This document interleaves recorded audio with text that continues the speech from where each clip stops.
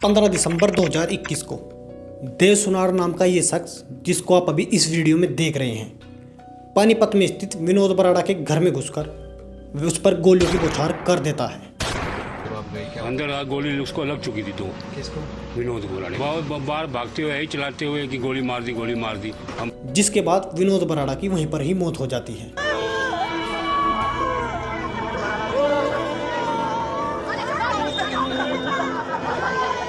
आखिर क्यों की विनोद बराड़ा की हत्या और इसके पीछे क्या साजिश हो सकती है? पंजाब के पानीपत की एक ऐसी दिल दहलाने वाली घटना जिसको पुलिस को सुलझाने में करीब 2.5 साल का समय लगा, और जब इस हत्या का खुलासा हुआ तो न कि पूरा पानीपत बल्कि पूरे भारत के लोग सन रह गए। आखिर जिस पर इतना यकीन किया उसने ही इतना बड़ा धोखा दिया। आखिर क्या थी ये घटना, आइए मैं आपसे इस वीडियो में आगे बताता हूँ। दरअसल इस घटना की शुरुआत होती है पंजाब के पानीपत से। पानीपत में रहने वाला विनोद बराड़ा परमहंस कुटिया कॉलोनी में स्थित अपने कंप्यूटर सेंटर चलाता था। हर रोज की तरह 5 अक्टूबर 2021 को विनोद बराड़ा अपने कंप्यूटर सेंटर के बाहर करीब शाम के 7:30 बजे बैठा हुआ था। तभी सामने से तेज रफ्तार से एक पंजाब नंबर की गाड़ी आती है और वह विनोद बराड़ा को जोर से टक्कर मार देती है।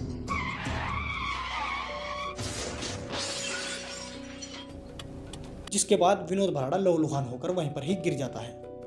तुरंत ही स्थानीय लोग वहां पर इकट्ठे होते हैं और वह एम्बुलेंस को फोन कर विनोद बराड़ा को अस्पताल ले जाया जाता है। जिसके बाद इलाज के दौरान विनोद बराड़ा की जान तो बच जाती है, पर उसके दोनों पैर टूट जाते हैं। अब उधर पुलिस आरोपी ड्राइवर की छानबीन करती है। छानबीन करने के दौरान पता चलता है कि आरोपी ड्राइवर का नाम देव सुनार है, जो कि पंजाब के बठिंडा का रहने वाला है। जिसके बाद पुलिस आरोपी देव सुनार को गिरफ्तार कर उससे पूछताछ करती है। पूछताछ में देव सुनार बताता है कि गाड़ी के ब्रेक फेल होने की वजह से वह आउट ऑफ कंट्रोल हो जाती है, जिसके बाद वह विनोद बराड़ा को टक्कर मार देती है। जिसके बाद पुलिस देव सुनार को जेल भेज देती है। अब उधर विनोद बराड़ा का एक अस्पताल में इलाज चल रहा था, जिसमें विनोद की दोनों टांगें टूटने की वजह से डॉक्टर द्वारा उनमें रोड डाली गई।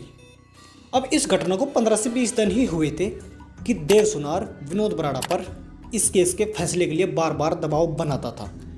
जिसके बाद विनोद बराड़ा इस केस का फैसले करने से साफ साफ मना कर देता है। अब इसी बीच विनोद और देव सुनार के बीच कहासुनी होती है, जिसमें देव सुनार विनोद बराड़ा को फिर से धमकी देता है और कहता है कि मैं तुम्हें देख लूँगा। अब धीरे धीरे समय बीतता है। करीब 2.5 महीने के बाद लगभग 15 दिसंबर 2021 को देव सुनार को जेल से जमानत मिल जाती है। जिसके बाद वह सबसे पहले विनोद बराड़ा के घर दबे पहुंच जाता है। उधर बगल साइड पर विनोद बराड़ा की पत्नी निधि खाना बना रही थी। देव सुनार उसी कमरे में जाता है सामने, जिस कमरे में विनोद बराड़ा बेड पर पड़ा हुआ था, और अंदर जाकर उस डोर को लॉक कर लेता है। जिसके बाद वह विनोद बराड़ा को 2 गोली मारता है, एक उसके सर पर और एक उसके कमर पर। अब विनोद बराड़ा लहूलुहान होकर वहीं पर ही फर्श पर गिर जाता है। गोलियों की आवाज़ सुन निधि तुरंत कमरे के पास आती है और गेट खोलने की कोशिश करती है, पर गेट अंदर से लॉक होने के कारण नहीं खुलता। जिसके बाद वह अपनी लड़की के साथ बाहर जाती है और चिल्लाकर कुछ लोगों को इकट्ठा वहां पर करती है। अब कुछ लोग अंदर जाते हैं और गेट को खोलने की कोशिश करते हैं, पर गेट उसके बाद नहीं खुलता क्योंकि गेट अंदर से लॉक था। वह उसे तोड़ने की कोशिश करते हैं। आखिरकार वह टूट जाता है और वह देव सुनार को पकड़कर उसको बहुत पीटते हैं, और फिर पुलिस को फ़ोन कर देव सुनार को पुलिस के हवाले कर दिया जाता है। अब पुलिस देव सुनार को थाने में ले जाकर उससे दोबारा से पूछताछ करती है कि तुमने विनोद बराड़ा को गोली क्यों मारी। जिसके बाद देव सुनार बताता है कि मेरा फैसला ना मानने के कारण ही मैंने विनोद बराड़ा को गोली मारी। अब पुलिस देव सुनार को मुख्य धाराओं में केस दर्ज कर कोर्ट में पेश करती है। जिसके बाद आरोपी को पुलिस के द्वारा जेल भेज दिया जाता है। अब पुलिस को यह केस बिल्कुल साफ सुथरा लग रहा था, क्योंकि ऐसे आरोपी के द्वारा हत्या करना और फिर अपना जुर्म कबूल करना और उसके बाद उसे जेल भेज देना, पुलिस को लगा कि ये केस अब निपट चुका है, पर शायद ऐसा नहीं था। आगे चलकर यह केस एक ऐसा मोड़ लेता है कि जिससे ना कि पूरा पानीपत बल्कि पूरे भारत के लोग, जिसने भी यह घटना पढ़ी, वह यह सोचने पर मजबूर हो गया कि आखिर ऐसा कैसे हो सकता है। अब धीरे धीरे समय बीतता है। करीब 2.5 साल का समय बीत जाता है और ऐसे करके 2024 आ जाता है। अब इधर पानीपत में नए IPS अजीत सिंह शेखावत की तैनाती हो जाती है, जिसमें 2 जून 2024 को आईपीएस अजीत सिंह को एक व्हाट्सएप मैसेज आता है जो कि ऑस्ट्रेलिया से विनोद बराड़ा के भाई प्रमोद बराड़ा ने भेजा था, जिसमें लिखा हुआ था कि 2021 में हुए विनोद बराड़ा की हत्या में परिवार वालों का हाथ है, जिसकी सही से जांच न होने के कारण आज तक भी आरोपी बाहर खुले घूम रहे हैं। अब आईपीएस अजीत शेखावत इस मामले को संज्ञान में लेते हैं और विनोद बराड़ा की दबी फाइलों को फिर से निकलवाते हैं, जिसके बाद वह खुद से ही उनकी बारीकी से जांच करते हैं। अब आईपीएस अजीत शेखावत ने लगा कि कहीं ना कहीं विनोद बराड़ा के साथ 2021 में गलत हुआ है। अब इधर उस केस का, विनोद बराड़ा का कहीं ना कहीं केस कोर्ट में ट्रायल चल रहा था, क्योंकि देव सुनार आरोपी जो होता है वह अभी तक भी पानीपत की जेल में बंद था, जिसके बाद पुलिस कोर्ट में अर्जी देकर इस केस की दोबारा से जांच करने की परमिशन ले लेती है। अब पुलिस एक टीम बनाती है और सबसे पहले देव सुनार के फ़ोन के लोकेशन को ट्रेस करती है और उसकी सारी कॉल डिटेल को निकलवाती है।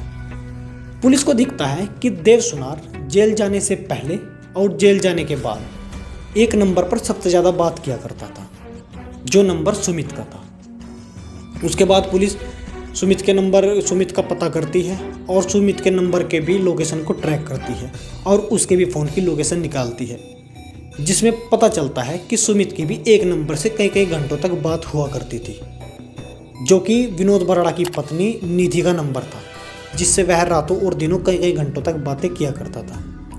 अब पुलिस ने कहीं कहीं ना ये शक हो चुका था कि हो ना हो इन तीनों का ही विनोद बराड़ा के हत्या में कहीं ना कहीं इनका हाथ है। जिसके बाद पुलिस 5 अक्टूबर 2021 को हुई विनोद बराड़ा की हत्या की वीडियो को दोबारा से बहुत बारीकी से देखती है, जिसमें देखती है कि देव सुनार के आने से पहले गेट का खोलना और आगे चलकर निधि को नमस्ते करना और उसके बाद हाथ से इशारा करना। अब पुलिस को कहीं ना कहीं शक था, जो वो यकीन में बदलता जाता है। जिसके बाद पुलिस सबसे पहले सुमित को उठाती है और रिमांड पर लेकर उससे सख्ती से पूछताछ करती है। आखिरकार सुमित टूट जाता है और पुलिस को सब कुछ सच सच बताता है। सुमित बताता है कि मेरे और विनोद बराड़ा की पत्नी निधि के बीच पिछले कई सालों से अवैध संबंध है। जिसके बाद पुलिस निधि को भी घर से लाती है और उससे पूछताछ करती है। दरअसल सुमित 2021 में पानीपत में ही एक जिम ट्रेनर का काम करता था, जिस जिम में विनोद बराड़ा की पत्नी निधि भी आया करती थी। अब इसी बीच सुमित और निधि की दोस्ती होती है और दोस्ती कहीं ना कहीं प्यार में बदल जाती है। अब इसी बात का पता जब विनोद बराड़ा को पता लगा तो वह सबसे पहले तो निधि का जिम जाना बंद करा देता है और उसके बाद सुमित को भी कई बार समझाता है कि तू मेरी पत्नी से दूर ना हो, वरना अच्छा नहीं होगा। अब इसी बात को लेकर आए दिन निधि और विनोद बराड़ा के बीच झगड़े रहने लगते हैं, जिसके बाद निधि और सुमित इन सबसे तंग आ जाते हैं और वह विनोद बराड़ा को रास्ते से हटाने का प्लान बनाते हैं। प्लान के मुताबिक सुमित एक देव सुनार नाम के ड्राइवर, जो कि पंजाब के पटियाला का रहने वाला होता है, उससे 10 लाख रुपए में विनोद बराड़ा की एक्सीडेंट में मरवाने के लिए उनसे सुपारी देता है, जिसमें वह एक्सीडेंट तो करता है देव सुनार आरोपी, पर वह असफल हो जाता है। अब फिर 15 दिसंबर को सुमित के द्वारा देव सुनार की जेल से जमानत की जाती है और जिसके बाद वह विनोद बराड़ा के घर जाकर उसको गोली से मार देता है। तो दोस्तों, आज की घटना आपको कैसी लगी तो कमेंट करके ज़रूर बताइएगा। आपसे रिक्वेस्ट है, आप चैनल पर नए हो तो वीडियो को लाइक एंड चैनल को सब्सक्राइब जरूर कर दीजिए और अपना प्यारा सा कमेंट भी जरूर दीजिए।